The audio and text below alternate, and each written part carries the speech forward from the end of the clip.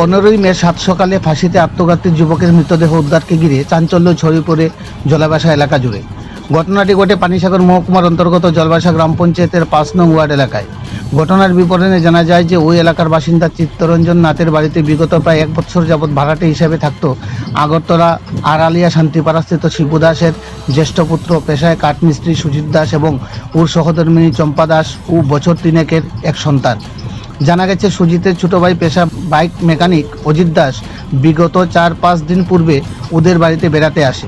এরই মধ্যে গতকাল রাত্রিতে নাকি ভাত খাওয়া নিয়ে বড় ভাই এবং বৌদির সাথে ছোট ভাই অজিতের কথা কাটাকাটি সহ ঝগড়া হয়। পরবর্তীতে নাকি অজিত ভাত না খেয়েই একটি ঘরে শুয়ে পড়ে। পরদিন 15ই মে সাত সকালে ঘুম থেকে উঠে দেখতে পায় বাড়ির পরিত্যক্ত একটি ঘরে অজিত গামছা দিয়ে গলায় ফাঁস লাগিয়ে ঝুলে রয়েছে। এই দৃশ্য দেখে নাকি বড় ভাই সুজিত নিজেকে সামনে রাখতে না পেরে ফাঁস থেকে নামিয়ে আনে অজিতকে। পরবর্তীতে ফাঁসিতে মৃত্যুর ঘটনা জানানো হয় পানিসাগর পুলিশকে। খবর পেয়ে ওই বাড়িতে ছুটে আসে পানিসাগর থানার পুলিশ এবং মৃতদেহ আঘাতের চিহ্ন পাওয়াতে ডেকে পাঠানো হয় কৈলাসহর ফরেন্সিক টিমকে। পরবর্তী সময়ে ময়নাতদন্তের জন্য মৃতদেহ নিয়ে আসা হয় পানিসাগর মহকুমা হাসপাতালের মর্গে। ময়নাতদন্তের পর মৃতদেহ তুলে দেওয়া হয় পরিবার পরিজনদের হাতে।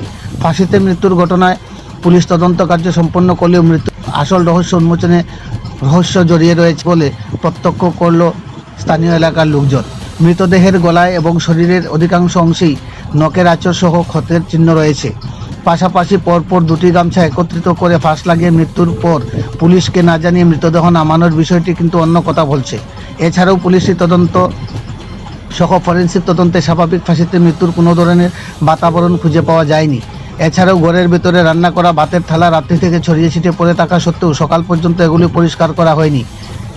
এমনই ফাঁসিতে মৃত্যুর ঘটনার পর বাড়ি মালিক সুজিত না জানিয়ে পার্শ্ববর্তী বাড়ির কবিন্দ নামের এক যুবককে জানানোর বিষয়টি আরও ঘনীভূত হতে থাকে। স্থানীয় এলাকার কান পাতলে এই রহস্য মৃত্যুর পেছনে প্রণয় গঠিত সম্পর্ক জড়িয়ে আছে বলে গুঞ্জনের আভাস পরিলক্ষিত হয়। অভিযুক্ত কবিন্দ্রের সাথে সুজিতের স্ত্রী চম্পায়ের গোপন সম্পর্ক রয়েছে এবং বিষয়টি সুজিত নিজেও জানে বলে জানা গেছে সুজিতের বর্তমান স্ত্রী চম্পা আগরতলাতে একটি সন্তান সহ প্রথম স্বামীকে ফেলে দিয়ে বর্তমানে সুজিতকে বিয়ে করে অবৈধ সংসার পাতে। সুজিতের বছর 3 একরত্তি সন্তানটির দেওয়া তথ্যই মৃত্যুর পরিকল্পিত খুনকাণ্ড বলে ধারণা করা হচ্ছে। প্রণয় গঠিত সম্পর্কের প্রত্যক্ষ সাক্ষ্য বহনকারীকে দুনিয়া থেকে সরিয়ে দিতেই এই ধরনের পরিকল্পিত খুন করে ফাঁসিতে মৃত্যু নাটক মন্তস্থ করে চললে জিৎ সহ ওর স্ত্রী এবং অবৈধ নাগর বলে অভিযোগ স্থানীয় এলাকাবাসীদের। পানিসাগর থানার পুলিশ ফরেন্সিক টিমকে দিয়ে তল্লাশি করলেও মৃত্যুর জন্য দায়ী অভিযুক্তদের এখনও জালে তুলতে সক্ষম হয়নি। স্থানীয় এলাকার লোকজন সহ বাড়ি মালিক পক্ষের দাবি, পানিসাগর পুলিশ যেন তদন্তের নামে সঠিক অপরাধীদের পার পাইয়ে না দেয়, এদেরকে পাকড়াও করে উপযুক্ত শাস্তি বিধান সহ কঠোর থেকে কঠোরতম শাস্তি প্রদানের ব্যবস্থা গ্রহণ করেন। যদিও এই নিয়ে পানিসাগর থানার পুলিশ আপাতত একটি অস্বাভাবিক মৃত্যুর মামলা হাতে নিয়ে তদন্ত চালিয়ে যাচ্ছে বলে জানা গেছে। উক্ত ফাঁসিতে মৃত্যুর ঘটনায় গোটা পানিসাগর মহকুমা জুড়ে ব্যাপক চাঞ্চল্য বিরাজ করছে। পানিসাগর প্রতিনিধি রিপোর্ট, শ্যামলী ত্রিপুরা।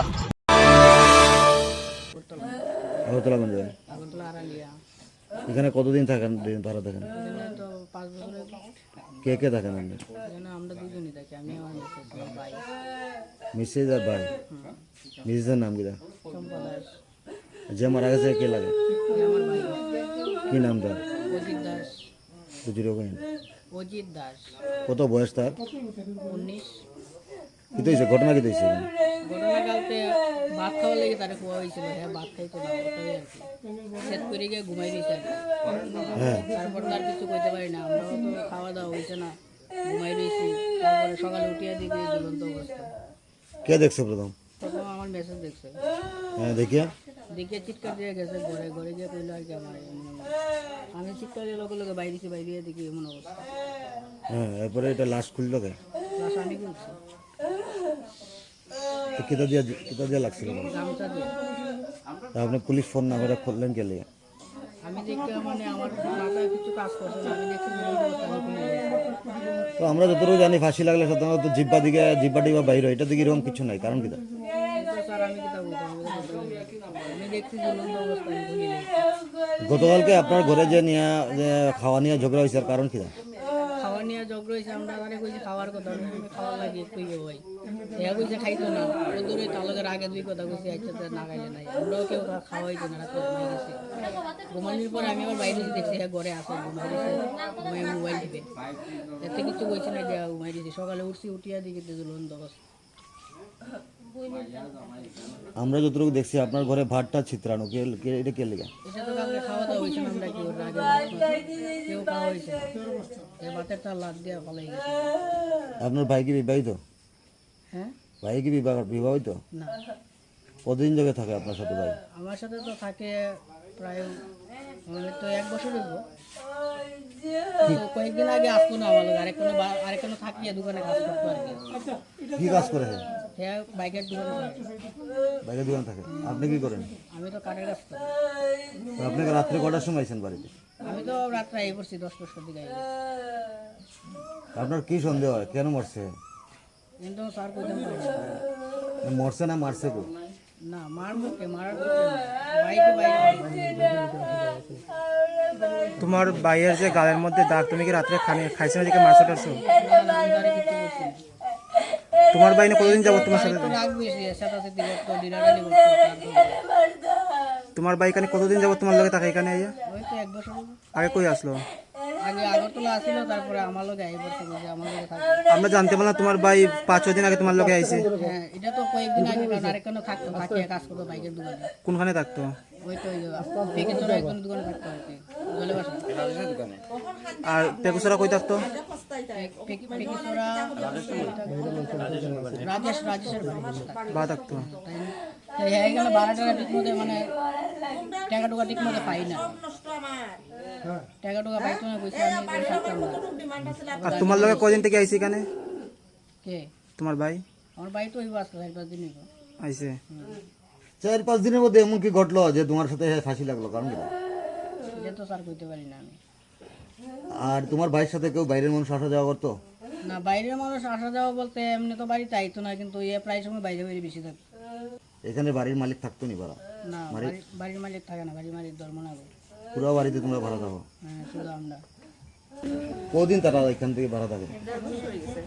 আপনারা কই থাকেন? তো এরকম হঠাৎ করে কি ঘটনা ঘটলো আপনার? জানি আর না এরকম যে ঘটনা হইব, আস্তা দরিয়াতে এরকম হইব। আজকে আপনারা কেমনে খবর পাইছেন? আমার সকালবেলা ওই খবর করছে কবিন্ডয়, গোবিন্দকে? ওই যে আর বাবার নামও জানি আর না, পূর্ণ যে পূর্ণ তান ভোলা, তো যারা ভাড়া থাকে এরা কি জানাইছেন আপনারা? এরা প্রথম জানাইছে না, প্রথম আমার কবিন্ডয় জানাইছে, ফোন করছে করিয়া সকাল, আমি বিছনা তো রয়েছে, এবার ফোন করছে করিয়া কইছে। তো আপনার কি মনে হয় এরা যে বিগত দিনে এত দশ ভাড়া থাকে এরকম অঘটন ঘটছে, কিতা হইতে পারে কোনো? তো আমিও তো কিছু বুঝি আর না। বুঝিয়ান না বলতে আমরা এটা সুস্থ তদন্ত চাই, ঠিক আছে? আমরা এটা সুস্থ তদন্ত চাই, যাতে পুলিশ বালা করে এটা ইনভেস্টিগেশন করে, যাতে সুস্থ একটা তদন্ত হয়, এটা কিরকম কি হয়েছে। হ্যাঁ, আমরা তো বাসাতে আসলাম না, এটা আমরা তো ভালো করে জানি না এটা ক্ষণটা কি ক্ষণ কি হয়েছে, ঠিক আছে? এটাই আমরা প্রশাসনের কাছে চাইমু, যাতে এটা সুস্থ তদন্ত হয়।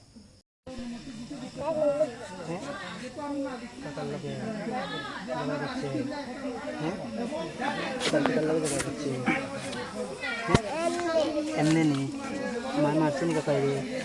হ্যাঁ, কিটা দিয়ে মারছে? লাঠি দিয়া। আর কিটা দিয়ে মারছে? পাও দিয়া মারছে। লাঠি দিয়া। হ্যাঁ।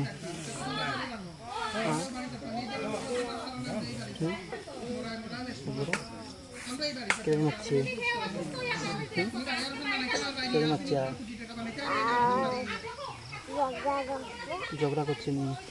হ্যাঁ, ভাত খাওয়ালো জানি? হুম, আরে ভাত খাইছে নি? খাইছে। বাবা মারছে নি? হ্যাঁ, মারছে, মায়া মারছে। বাবাও করছেন ঝগড়া? মায়া করছে? ওগুলো কে মারছে, বাবাই না মায়?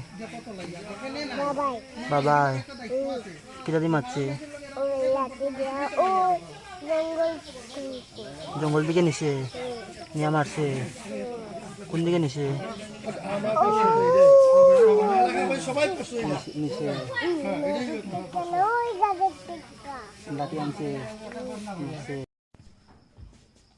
ওই কালকে বাউডিয়া মারছিল হ্যাঁ কালকে বাউডিয়া মারছিল কে মারছিল কে মারছে ওই মা কারে মারছে হুম। দাদারে কালকে ডাউটা লইছে হ্যাঁ ডাউটা দিয়ে কাগজে কাইটটা লিখছে হ্যাঁ আর বাবা ডাউটা লয়ে গেল হ্যাঁ বাবুটা আগে বাবাটা ডাউটা রাখছিল হ্যাঁ কে মারছে তোমার কাকাই রে মাইনি হুম। কিতা দিয়ে মারছে ওই উড়িয়া কিতা দিয়া ওই বাউডিয়া ফাও দিয়া